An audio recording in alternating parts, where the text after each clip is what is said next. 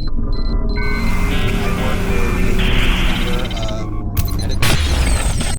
everyone, it's Glenn Greenwald back with a new episode of System Update here on our home on Rumble, and I want to explore what is a vitally important and yet radically overlooked component of the ongoing controversy of the censorship craze that is happening both online and increasingly offline. It's typically argued by those defending this censorship or deplatforming or application of content moderation, whatever euphemism you want to call it so it doesn't sound like censorship, that this is just private companies making decisions for themselves about the type of content with which they do or don't want to be associated. And even if that were true, there'd be all kinds of reasons why we ought to be deeply concerned about the internet being policed by centralized corporate power, exactly what the internet was never supposed to be. But the reality is that's not what's happening. What's actually happening is that so often the decisions to censor nominally being made by big tech, by Silicon Valley companies, are in fact being directed by political officials in Washington, specifically by Democratic Party officials who are using their control over both houses of Congress and the White House, and along with it, therefore, the entire executive branch, to pressure and cajole and often threaten explicitly that these companies need to start censoring more in accordance with the Democratic Party's view of what should and shouldn't be heard, or they will face legal and retaliatory reprisals. It's not just these big tech companies or other corporations making decisions for themselves about what to censor. They're being pressured and cajoled and coerced and intimidated by the majoritarian party in Washington, which is something that the Supreme Court and a long line of other cases has repeatedly said violates the First Amendment. We all know the First Amendment to the Constitution guarantees the right of free speech, which means the state and government officials can't directly censor. They can't force or order certain content to be removed from the internet. But what they have tried to do in the past is circumvent that constitutional guarantee by pressuring or bullying or threatening private actors to censor for them. This is not the first time this has happened. It's happened repeatedly, and multiple times the courts, including the Supreme Court, have intervened and concluded that when the government does that, threatens or cajoles or coerces private actors to do the censorship for them, that the Constitution prevents them from doing directly, it does violate the First Amendment. And we have had multiple cases, serious cases, of where top-level Democratic Party officials have explicitly and overtly threatened various companies to censor more. This is happening now over and over and over again. Now, as I said, this is so overlooked. I really want to walk through this because I think it's so critically important. The latest in a long line of examples came yesterday at the White House when White House Press Secretary Jen Psaki was asked about the controversy concerning Spotify and Joe Rogan, and specifically about Spotify's half measure to try and appease growing anger that they platformed Joe Rogan by essentially saying that from now on, any discussions of COVID on their platform from Rogan or anyone else will contain a label that says, if you want to hear the scientific consensus, you can go to this site. And she was asked whether or not she was satisfied by that. And remember, this is not a pundit speaking. Her job is to speak on behalf of the White House and the executive branch. And she essentially said, we think it's a good step. So she patted Spotify on the head, but we expect much more to be done. Listen to Jen Psaki demanding essentially that Spotify do more. Last week, the Surgeon General also was asked on MSNBC about Joe Rogan's vaccine comments on Spotify, and he said that tech companies have an important role to play in stopping misinformation because they are the predominant places where misinformation spreads. Spotify is putting out advisory warnings on episodes that have to do with COVID-19. Does the White House and the administration think this is a satisfactory step, or do you think that companies like Spotify should go further than just putting a label on there to say, hey, go do your own check this out. There's more research you can look at. Scientific research regarding COVID. Sure. Well, last July, you probably know, but the Surgeon General also took the unprecedented step to issue an advisory on the risk of misinformation in public health, which is a very significant step. And amid that, he talked about the role social media platforms have. So our hope is that all major tech platforms and all major news sources, for that matter, be responsible and be vigilant to ensure the American people have access to accurate information on something as significant as COVID-19. That certainly includes Spotify. So this disclaimer, it's a positive step, but we want every platform to continue doing more to call out mis and disinformation while also uplifting accurate information. I mean, look at the facts, right? You are 16 times more likely to be hospitalized if you're unvaccinated and 68 times more likely to die than someone who is boosted if you're unvaccinated. That's pretty significant, and we think that is something that unquestionably should be the basis of how people are communicating about it. But ultimately, our view is it's a good step, it's a positive step, but there's more that can be done. And I have another. It's a good step, but they want more to be done. She didn't specify what it is, but she made very clear she likes the direction they're going in, the government does. Why is the government even opining at all on what a private company is doing with regard to who they platform in terms of podcasters and how they deal with the content? But she is opining, and she was saying, we like the direction they're going in, meaning taking action against Joe Rogan, but we want more done. We don't think it's enough. Now, if you were a partisan hack, if you really wanted to find a way to defend this, you could say, look, maybe it was just poor wording. She really didn't mean that she's demanding they do it. She's just kind of saying she wishes that would happen. It's really kind of benevolent or benign. And maybe you could get away with that argument if it weren't for the fact that there has been a long series of Democratic Party politicians at the national level doing exactly this, even in more explicit ways, over and over. If I tried to show you all of the examples, this video would be 3 hours long. But let me just show you a couple. So you probably remember, and I wrote a long article on it, I did a video on it as well, that in January of 2021, Parler became the #1 most downloaded app in the country, the most popular app from Google and Apple Play stores. More than Instagram and Facebook and TikTok and every other app, more people wanted to use Parler than any other. Democrats did not like Parler, and one of the leading and most influential online of those Democrats, Alexandria Ocasio-Cortez, went to Twitter, where she has 13 million followers, and made her displeasure clear. She cited the pro-censorship company Sleeping Giants that exists to pressure companies to deplatform or silence voices which liberals and Democrats dislike. And Sleeping Giants noted that they were angry about the fact that the Apple Store and the Google Play Store continue to allow people to use Apple and Google to download Parler. And AOC used that tweet and said, what are Apple and Google Play doing about this? Clearly demanding that Apple and Google, and this is by the time everyone knew Democrats would control both houses of Congress and the White House.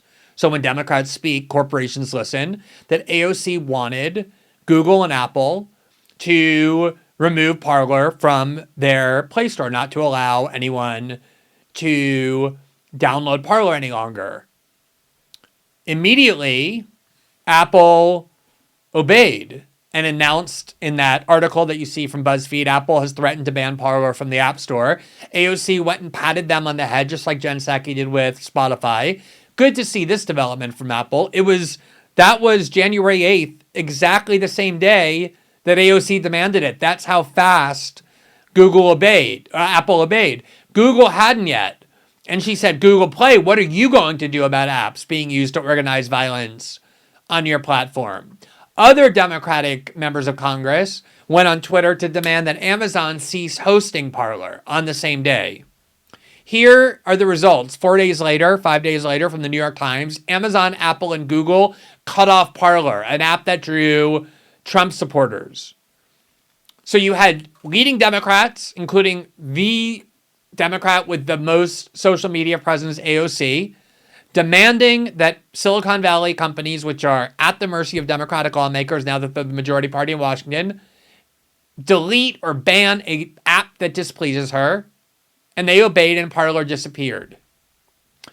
In February of 2021, just a month into the Biden administration and Democratic control of both houses of Congress, I wrote an article on how Democratic-led committees in the House and the Senate were repeatedly summoning the executives and leaders of social media companies, Facebook, Google, and Twitter, and with increasing vehemence demanding that they censor more content that Democrats view as disinformation or hate speech. Why are elected officials ordering private companies what they can and can't host and threatening them with legal and retaliatory punishment if they disobey? Here is the Democratic senator from Massachusetts, Ed Markey, in October of 2020, as he is speaking to Facebook's Mark Zuckerberg, Twitter's Jack Dorsey, and executives from Google, and he really summarized the position of the Democratic Party. Imagine that you are an executive of one of these companies. You know that he represents the party in control, and this is what he tells you. The issue is not that the companies before us today are taking too many posts down. The issue is that they're leaving too many dangerous posts up. There you have it. That is the position of the Democratic Party. A lot of people believe that the free and open internet that we all thought had been created and for which we were fighting, that was the cause of the Snowden reporting that we did and so many other controversies surrounding the internet, was that it should be free of centralized government and corporate control. That was what made it so innovative and valuable. The position of the Democratic Party is, for those of you out there angry that there's now so much censorship, our view is not that there's too much censorship and they're telling the heads of these companies. Our view is you're not taking enough down. You're allowing too much free speech. You're leaving too much up. Obviously, they're hearing this message. Now, as I indicated, the Supreme Court has left absolutely no doubt, none, that the First Amendment is violated not only when people like Ed Markey and AOC and Jen Psaki directly censor, but also when they coerce or pressure private actors to do that censorship for them. Here is Ben Weisner of the ACLU, who, as part of my reporting that I did on those hearings, told me, quote, "For the same reasons that the Constitution prohibits the government from dictating what information we can see and read outside narrow limits, it also prohibits the government from using its immense authority to coerce private actors into censoring on its behalf." That's what the ACLU's Ben Weisner telling me the state of the law for that article, that it doesn't just prohibit direct censorship, but also prohibits the government from using its immense authority to coerce private actors into censoring on its behalf. Now, the ACLU, for all of its flaws, as I often say, still has very good civil liberty lawyers and still does the sort of thing the ACLU is supposed to do. One of the things that they did that's so relevant to this discussion was in 2018 and 2019, the National Rifle Association sued then Governor of New York, Andrew Cuomo, because Andrew Cuomo was running around trying to bully and censor or pressure private companies to cease doing business with the NRA because he didn't like the NRA's agenda. The NRA sued and said, we're not being directly censored by Governor Cuomo, but when Governor Cuomo goes around pressuring and coercing other companies to do that censorship for him, it violates the First Amendment's free speech clause. And the ACLU intervened in that case and filed a brief in defense of the NRA and said they agreed with the NRA's view that Governor Cuomo was violating the Constitution not by directly censoring, but by coercing private actors to do it for him. Here was the brief that they filed in August of 2018. And you can see there it says brief of they were trying to be an amicus curiae, which is when a party intervenes of the ACLU in support of the plaintiff's opposition. That's the plaintiff, the National Rifle Association, suing Andrew Cuomo. And the ACLU, in defending the NRA, argued exactly why this is so disturbing, what we're seeing the Democratic Party do. quote, the communications of Cuomo's aides to banks and insurance firms could reasonably be interpreted as a threat of retaliatory enforcement against firms that do not sever ties with gun promotion groups. That conduct runs afoul of the well-established principle, quote, that the government may violate the First Amendment through action that falls short of a direct prohibition against speech, including by retaliation or threats of retaliation against speakers. The ACLU went on. Courts have never required plaintiffs to demonstrate that the government directly attempted to suppress their protected expression in order to establish First Amendment retaliation, and they have often upheld First Amendment retaliation claims involving adverse economic action designed to chill speech indirectly. That is exactly what the Democratic Party is doing when they tell Facebook, Google, and Twitter, and everyone else out there who can hear it, including Spotify, if you don't start censoring more for us, you will pay the price, legally and through regulation. That is exactly what the ACLU argued was unconstitutional when Andrew Cuomo did it to the NRA. And the NRA won that argument. The judge refused to dismiss the case against Andrew Cuomo, who had argued there's no case because they didn't directly censor the NRA. The court said, no, that's not what the NRA has to prove. They have to prove what the ACLU said, which is that even if you're doing it indirectly by coercing and pressuring companies to do it for you, that is a constitutional violation. Here's the article, the news article from Reuters on the judge's decision.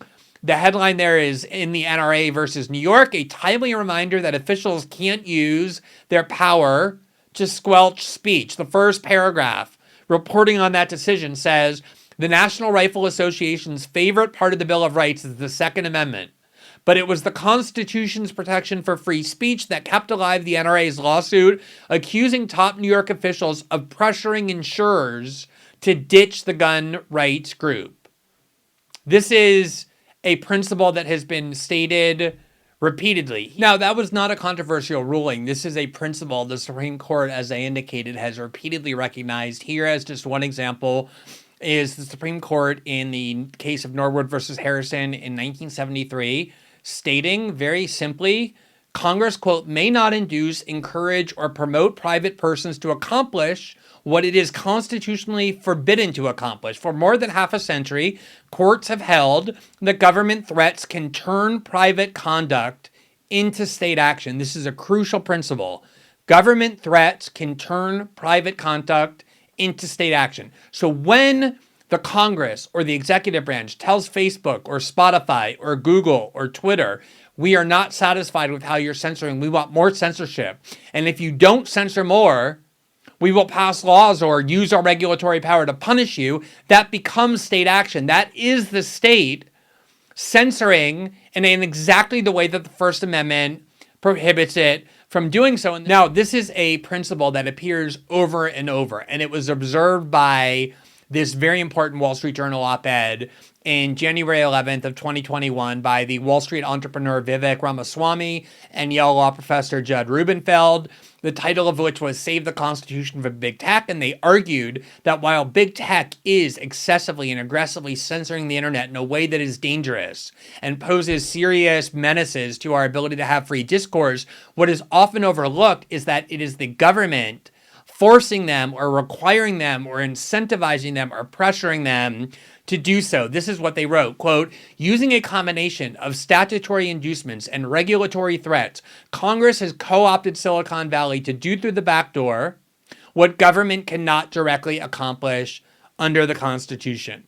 Now, the most important case on this matter that for me settles the entire controversy and should really have people up in arms about what the Democratic Party is doing is this one from 1964, Bantam Books versus Sullivan. It arose out of a bookstore in Rhode Island that was displaying books that members of the local zoning board thought were inappropriate to be sold and displayed. They didn't like the books. And they began harassing the bookstore, demanding that these books no longer be displayed, insinuating very strongly that if they continued to sell those books, they would be subject to all kinds of zoning harassment, all kinds of other forms of pressure. And the book publishers sued the state of Rhode Island officials. And this was exactly the argument. The state of Rhode Island and their officials said, we haven't violated the Constitution. We didn't force the bookstore to stop selling books. We didn't do that at all.